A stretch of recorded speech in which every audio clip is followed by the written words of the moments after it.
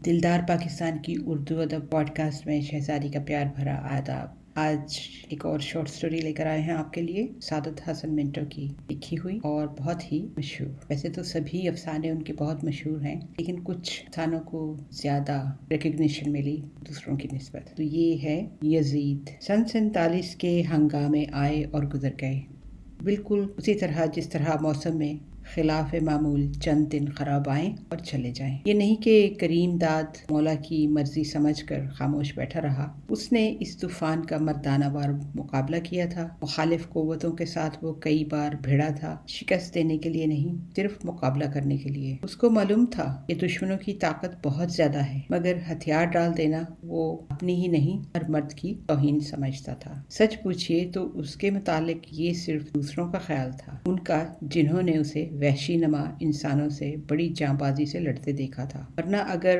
करीम दाद से इस बारे में पूछा जाता कि मुखालिफ क़ुव्वतों के मुकाबले में हथियार डालना क्या वो अपनी या मर्द की तौहीन समझता है, तो वो यकीनन सोच में पड़ जाता जैसे आपने उससे हिसाब का कोई बहुत ही मुश्किल सवाल कर दिया है। करीम दाद जमा तफरीक और ज़र्ब तकसीम से बिल्कुल बेनियाज था। सन 47 के हंगामे आए और गुजर गए। लोगों ने बैठकर हिसाब लगाना शुरू किया कि कितना जानी नुकसान हुआ है, कितना माली।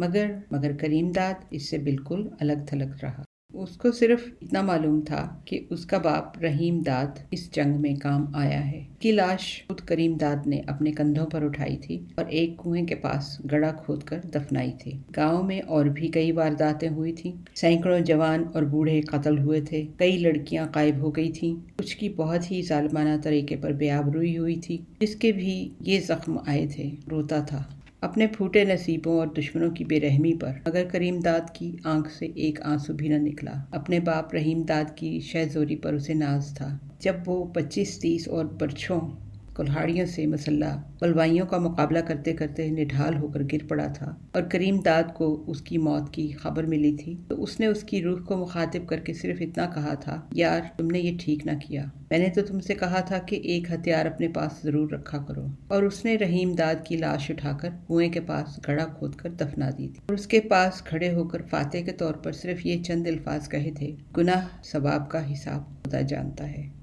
अच्छा तुझे बहिश्त नसीब हो। रहीम दाद जो न सिर्फ इसका बाप था बल्कि एक बहुत बड़ा दोस्त भी था। बलवाइयों ने बड़ी बेदर्दी से कत्ल किया था। लोग जब उसकी अफसोसनाक मौत का जिक्र करते थे, कातलों को बड़ी गालियां देते थे, मगर करीम दाद खामोश रहता था। उसकी कई खड़ी फसलें तबाह हो गई थी, 2 मकान जलकर राख हो गए थे, मगर उसने अपने इन नुकसानों का कभी हिसाब नहीं लगाया। वो कभी कभी सिर्फ इतना कहा करता था, जो कुछ हुआ है हमारी अपनी गलती से हुआ है। और जब कोई इससे इस गलती के मुतालिक इस्तफसार करता तो वो खामोश रहता। गांव के लोग अभी सोग में मसरूफ थे। करीम दाद ने शादी कर ली, इसी मुटियार जीना के साथ, जिस पर एक अरसे से उसकी निगाह थी। जीना सोगवार थी।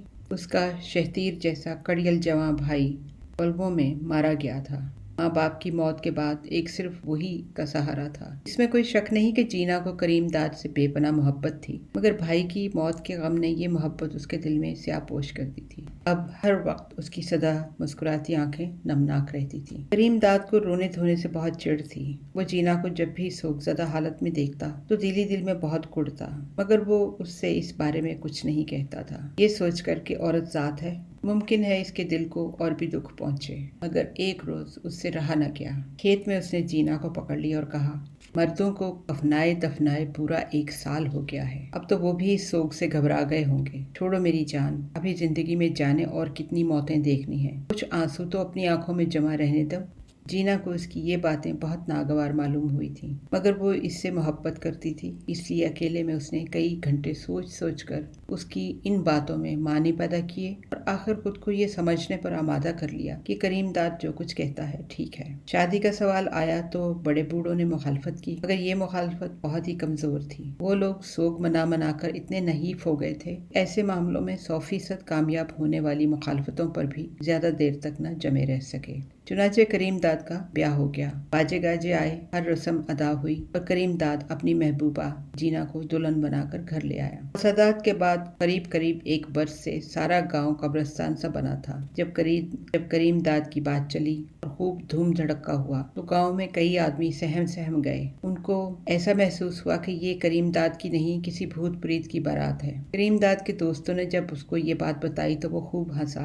हंसते हंसते ही उसने एक रोज उसका जिक्र अपनी नई नवेली दुल्हन से किया तो वो डर के मारे कांप उठी। करीम दाद ने जीना के सूहे चूड़े वाली कलाई अपने हाथ में ली और कहा, ये भूत तो अब सारी उम्र तुम्हारे साथ चिमटा रहेगा। रहमान साईं की झाड़ भूख भी उतार नहीं सकेगी। जीना ने अपनी मेहंदी में रची हुई उंगली दांतों तले दबाकर और जरा शर्माकर सिर्फ इतना कहा कि मैं तुझे तो किसी से भी डर नहीं लगता। करीम दाद ने अपनी हल्की हल्की स्याही माइल भूरी मूंछों पर जुबान की नोक फेरी और मुस्कुरा दिया। डर भी कोई लगने की चीज है। जीना का गम अब बहुत हद तक दूर हो चुका था। वो माँ बनने वाली थी।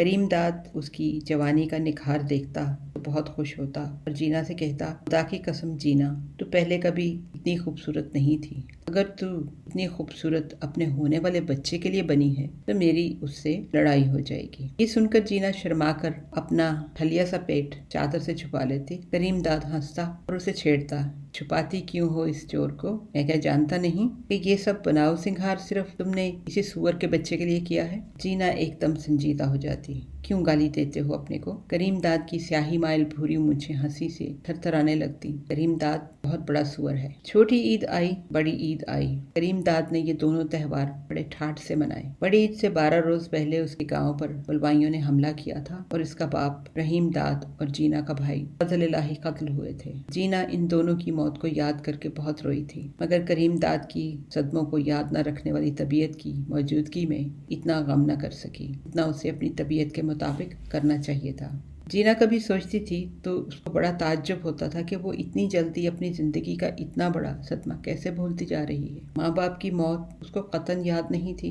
फजल इलाही उससे 6 साल बड़ा था। वही उसका बाप था, वही उसकी माँ और वही उसका भाई। जीना अच्छी तरह जानती थी कि सिर्फ इसी की खातिर उसने शादी नहीं की, और ये तो सारे गांव को मालूम था कि जीना ही की असमत बचाने के लिए उसने अपनी जान दी थी। इसकी मौत जीना की जिंदगी का यकीनन बहुत ही बड़ा हादसा था, एक कयामत थी जो बड़ी ईद से ठीक 12 रोज पहले इस पर यकायक टूट पड़ी थी। अब वो इसके बारे में सोचती थी तो उसको बड़ी हैरत होती थी कि वो इसके असरात से कितनी दूर होती जा रही है। मुहर्रम करीब आया तो जीना ने करीम दाद से अपनी पहली फरमाइश का इजहार किया। उसे घोड़ा और ताजिए देखने का बहुत शौक था।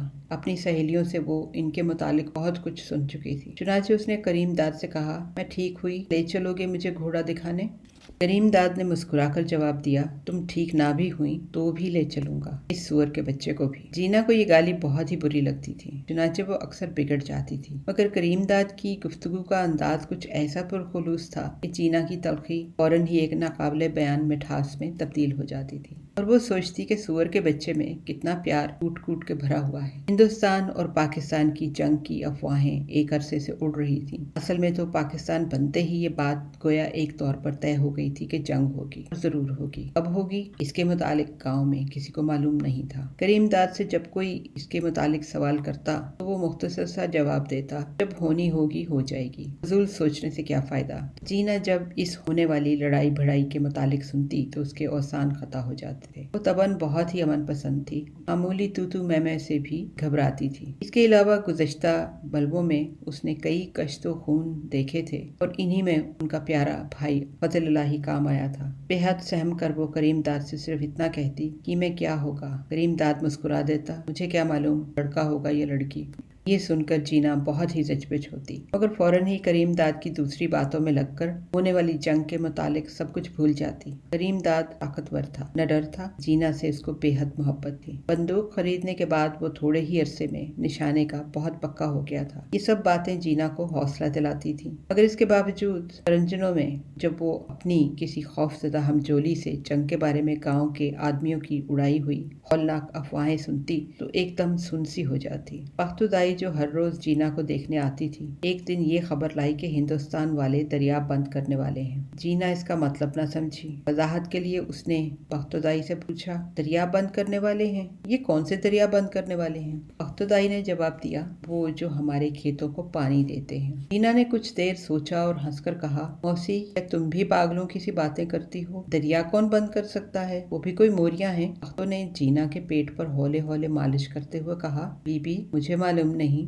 जो कुछ मैंने सुना तुम्हें बता दिया। ये बात अब तो अखबारों में भी आ गई है। कौन सी बात? जीना को यकीन नहीं आता था। बख्तो ने अपने झुर्रियों वाले हाथ से जीना का पेट टटोलते हुए कहा, यही दरिया बंद करने वाली। फिर उसने जीना के पेट पर उसकी कमीज खींची और उठकर बड़े माहिराना अंदाज में कहा, अल्लाह खैर रखे तो बच्चा आज से पूरे 10 रोज के बाद हो जाना चाहिए। करीमदाद घर आया तो सबसे पहले जीना ने उससे दरियाओं के मुतालिक पूछा। उसने पहले बात टालनी चाहिए, पर जब जीना ने कई बार अपना सवाल दोहराया तो करीमदाद ने कहा, हाँ, कुछ ऐसा ही सुना है। जीना ने पूछा, क्या? यही कि हिंदुस्तान वाले हमारे दरिया बंद कर देंगे। क्यों? करीमदाद ने जवाब दिया कि हमारी फसलें तबाह हो जाएं। ये सुनकर जीना को यकीन हो गया कि दरिया बंद किए जा सकते हैं। चुनाचे नहायत बेचारगी के आलम में उसने सिर्फ इतना कहा, कितने जालिम हैं ये लोग। करीमदाद इस दफा कुछ देर के बाद मुस्कुराया। हटाओ उसको, ये बताओ, मौसी बख्तो आई थी? जीना ने बेदिली से जवाब दिया, आई थी। क्या कहती थी? कहती थी आज से पूरे 10 रोज के बाद बच्चा हो जाएगा। करीमदाद ने जोर का नारा लगाया, जिंदाबाद। जीना ने उसे पसंद ना किया और बड़बड़ाई, तुम्हें खुशी सूझती है? जाने यहाँ कैसी करबला आने वाली है। करीमदाद चौपाल चला गया। वहाँ करीब करीब सब मर्द जमा थे। चौधरी नत्थू को घेरे इससे दरिया बंद करने वाली खबर के मुतालिक बातें पूछ रहे थे। कोई पंडित नेहरू को पेट भर के गालियां दे रहा था, कोई बद्दुआएं मांग रहा था, कोई ये मानने से ही अक्सर मुनकिर था कि दरियाओं का रुख बदला जा सकता। कुछ ऐसे भी थे जिनका ये ख्याल था कि जो कुछ होने वाला है वो हमारे गुनाहों की सजा है। उसे टालने के लिए सबसे बेहतर तरीका यही है कि मिलकर मस्जिद में दुआ मांगी जाए। करीमदाद एक कोने में खामोश बैठा सुनता रहा। हिंदुस्तान वालों को गालियां देने में चौधरी नत्थू सबसे पेश था। करीमदाद कुछ इस तरह बार बार अपनी नशिस्त बदल रहा था जैसे उसे बहुत कुफ्त हो रही है। सब बैक जुबान होकर ये कह रहे थे कि दरिया बंद करना बहुत ही ओछा हथियार है, इंतहाई कमीनापन है, जलालत है, अजीम तरीन जुल्म है, बदतरीन गुनाह है, यजीदपन है। करीमदाद 3 मर्तबा इस तरह खांसा जैसे वो कुछ कहने के लिए खुद को तैयार कर रहा है। चौधरी नत्थू के मुंह से जब एक और लहर मोटी मोटी गालियों की उठी तो करीमदाद चीख पड़ा, गाली ना दे चौधरी किसी को। माँ की एक बहुत बड़ी गाली चौधरी नत्थू के हलक में फंसी की फंसी रह गई। उसने पलटकर एक अजीब अंदाज से करीमदाद की तरफ देखा जो सर पर अपना साफा ठीक कर रहा था। क्या कहा? करीमदाद ने आहिस्ता मगर मजबूत आवाज में कहा, मैंने कहा गाली ना दे किसी को। हलक में फंसी हुई माँ की गाली बड़े जोर से बाहर निकालकर चौधरी नत्थू ने बड़े तीखे लहजे में करीमदाद से कहा, किसी को? क्या लगते हैं वो तुम्हारे? इसके बाद वो चौपाल में जमा आदमियों से मुखातिब हुआ, सुना तुम लोगों ने? कहता है गाली ना दो किसी को, पूछो इससे वो क्या लगते हैं इसके। करीमदाद ने बड़े तहम्मुल से जवाब दिया, मेरे दुश्मन लगते हैं। चौधरी के हलक से फटा फटा सा कहकहा बुलंद हुआ, इस कदर जोर से कि मूंछों के बाल बिखर गए। सुना तुम लोगों ने? दुश्मन लगते हैं और दुश्मन को प्यार करना चाहिए, क्यों बरखुरदार? करीमदाद ने बड़े बरखुरदाना अंदाज में जवाब दिया, नहीं चौधरी, मैं ये नहीं कहता कि प्यार करना चाहिए, मैंने सिर्फ ये कहा है कि गाली नहीं देनी चाहिए। करीमदाद सिर्फ मीरा बख्श से मुखातिब हुआ, क्या फायदा है यार, वो पानी बंद करके तुम्हारी जमीनें बंजर बनाना चाहते हैं और तुम उन्हें गाली देकर ये समझते हो कि हिसाब बेबाक हुआ। ये कहाँ की अक्लमंदी है? गाली तो उस वक्त दी जाती है जब और कोई जवाब पास ना हो। मीरा बख्श ने पूछा, तुम्हारे पास क्या जवाब है? करीमदाद ने थोड़े वक्फे के बाद कहा, सवाल मेरा नहीं, हजारों और लाखों आदमियों का है। अकेला मेरा जवाब सबका जवाब नहीं हो सकता। ऐसे मामलों में सोच समझकर ही कोई पुख्ता जवाब तैयार किया जा सकता है। वो एक दिन में दरियाओं का रुख नहीं बदल सकते, कई साल लगेंगे। लेकिन यहाँ तो तुम लोग गालियाँ देकर 1 मिनट में अपनी भड़ास निकाल बाहर कर रहे हो। उसने मीरा बख्श के कंधे पर हाथ रखा और बड़े खुलूस के साथ कहा, मैं तो इतना जानता हूँ यार कि हिंदुस्तान को कमीना, रजील और जालिम कहना भी तो गलत है। मीरा बख्श के बजाय चौधरी नत्थू चिल्लाया, लो और सुनो। करीमदाद मीरा बख्श ही से मुखातिब रहा, दुश्मन से मेरे भाई रहम कर, दुश्मन से मेरे भाई रहमो करम की तवक्को रखना बेवकूफ़ी है। लड़ाई शुरू हो और ये रोना रोया जाए कि दुश्मन बड़े बोर की फिल्में इस्तेमाल कर रहा है। हम छोटे बम गिराते हैं, वो बड़े गिराता है। तुम अपने ईमान से कहो, ये शिकायत भी कोई शिकायत है? छोटा चाकू भी मारने के लिए इस्तेमाल होता है और बड़ा चाकू भी। क्या मैं झूठ कहता हूँ? मीरा बख्श की बजाय चौधरी नत्थू ने सोचना शुरू किया, मगर फौरन ही झिंझला गया। लेकिन सवाल यह है कि वो पानी बंद कर रहे हैं, हमें भूखा और प्यासा मारना चाहते हैं। करीम दाद ने मीरा बख्श के कांधे से अपना हाथ अलहदा किया और चौधरी नत्थू से मुखातिब हुआ। चौधरी, जब किसी को दुश्मन कह दिया तो फिर ये गिला कैसा कि वो भूखा प्यासा मारना चाहता है? तो क्या वो तुम्हारे लिए पुलाव की देगें और शरबत के मटके वहाँ से भेजेगा? तुम्हारी सैर तफरी के लिए यहाँ बाग बगीचा लगाएगा? चौधरी नत्थू भिन्न आ गया। ये तू क्या बकवास कर रहा है? मीरा बख्श ने भी हौले से करीम दाद से पूछा। हाँ यार, ये क्या बकवास है? बकवास नहीं है मीरा बख्शा, करीम दाद ने समझाने के अंदाज में मीरा बख्श से कहा। तू ज़रा सोच तो सही कि लड़ाई में दोनों फरीक एक दूसरे को पिछाड़ने के लिए क्या कुछ नहीं करते। पहलवान जब लंगर लंगोट कस के अखाड़े में उतर आए तो उसे हर दाव इस्तेमाल करने का हक होता है। मीरा बख्श ने अपना घटा हुआ सर हिलाया। ये ठीक है। करीम दाद मुस्कुराया। तो फिर दरिया बंद करना भी ठीक है। हमारे लिए ये जुल्म है, मगर उनके लिए रवा है। रवा क्या है? जब तेरी जीभ आस के मारे लटक कर ज़मीन तक आ जाएगी तो मैं फिर पूछूंगा कि जुल्म रवा है या नारवा। जब तेरे बाल बच्चे अनाज के एक एक दाने को तरसेंगे तो फिर यही कहना कि दरिया बंद करना बिल्कुल ठीक था। करीम दाद ने अपने खुश्क होंठों पर ज़ुबान फेरी और कहा, मैं जब भी यही कहूँगा चौधरी, तुम ये क्यों भूल जाते हो कि सिर्फ वो हमारा दुश्मन नहीं है? क्या हम उसके दुश्मन नहीं? अगर हमारे इख्तियार में होता तो हमने भी इसका दाना पानी बंद किया होता। लेकिन अब के वो कर सकता है और करने वाला है तो हम ज़रूर उसका तोड़ सोचेंगे। बेकार गालियाँ देने से क्या होता है? दुश्मन तुम्हारे लिए दूध की नहरें जारी नहीं करेगा चौधरी नत्थू। इससे अगर हो सका तो वो तुम्हारे पानी की हर बूंद में जहर मिला देगा और तुम उसे जुल्म कहोगे, वहशियानापन कहोगे, इसलिए कि मारने का ये तरीका पसंद नहीं है। अजीब सी बात है कि लड़ाई शुरू करने से पहले दुश्मन से निकाह की सी शर्तें बंधवाई जाएं। कहा जाए कि देखो, मुझे भूखा प्यासा मारना बंदूक से नहीं, और अलबत्ता तुम मुझे शौक से हलाक कर सकते हो। असल बकवास तो ये है, ज़रा ठंडे दिल से सोचो। चौधरी नत्थू झंझलाहट की आखिरी हद तक पहुंच गया।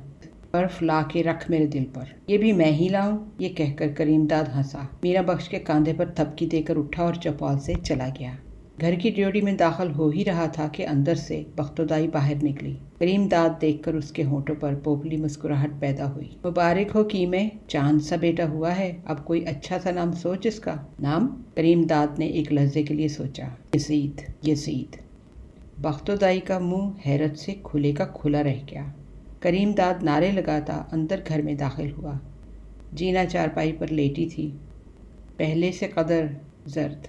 इसके पहलू में एक गुल गोथना सा बच्चा चपड़ चपड़ अपना अंगूठा चूस रहा था। करीम दाद ने इसकी तरफ प्यार भरी फखरिया नज़रों से देखा और उसके एक गाल को उंगली से छेड़ते हुए कहा, ओए मेरे यजीद। जीना के मुंह से हल्की सी मुताज्जब चीख निकली। यजीद? करीम दाद ने गौर से अपने बेटे का नाक नक्शा देखते हुए कहा, हाँ यजीद, ये इसका नाम है। जीना की आवाज़ बहुत नहीफ हो गई। ये तुम क्या कह रहे हो कीमे? यजीद? करीम दाद मुस्कुराया। क्या है इसमें, नाम ही तो है। जीना सिर्फ इस कदर कह सकी, मगर किसका नाम? करीम दाद ने संजीदगी से जवाब दिया, ज़रूरी नहीं कि ये भी वही यजीद हो। उसने दरिया का पानी बंद किया था, ये खोलेगा।